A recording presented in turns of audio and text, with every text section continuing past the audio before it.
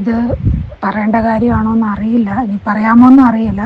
പക്ഷെ എന്നാലും എൻ്റെ ഒരു സന്തോഷം ഞാൻ പങ്കുവെക്കാൻ വേണ്ടിയിട്ടായിരുന്നു.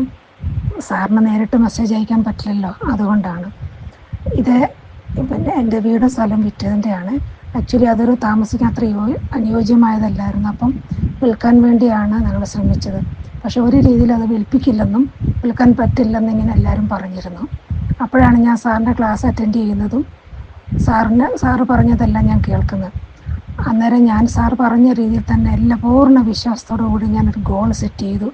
സാർ പറഞ്ഞ പോലെ ഞാൻ അതിന് അഫർമേഷൻസ് എഴുതി വിഷ്വലൈസ് ചെയ്തു. ഞാൻ ഡേറ്റ് ഇട്ട് കാത്തിരുന്നു. ഞാൻ ഓരോ പടി ഓരോ സ്റ്റെപ്പായിട്ടായിരുന്നു കാര്യങ്ങൾ നടന്നത്. നോർമലായിട്ട് തന്നെയല്ല, അതിൻ്റെ ഇടയ്ക്ക് ഇച്ചിരി ഡിലേ പല കാര്യങ്ങൾക്കും വന്നു. എന്നാലും എനിക്ക് പൂർണ്ണ വിശ്വാസമായിരുന്നു. ഇന്ന് അതിൻ്റെ വിൽപ്പന രജിസ്ട്രേഷൻ നടന്നു.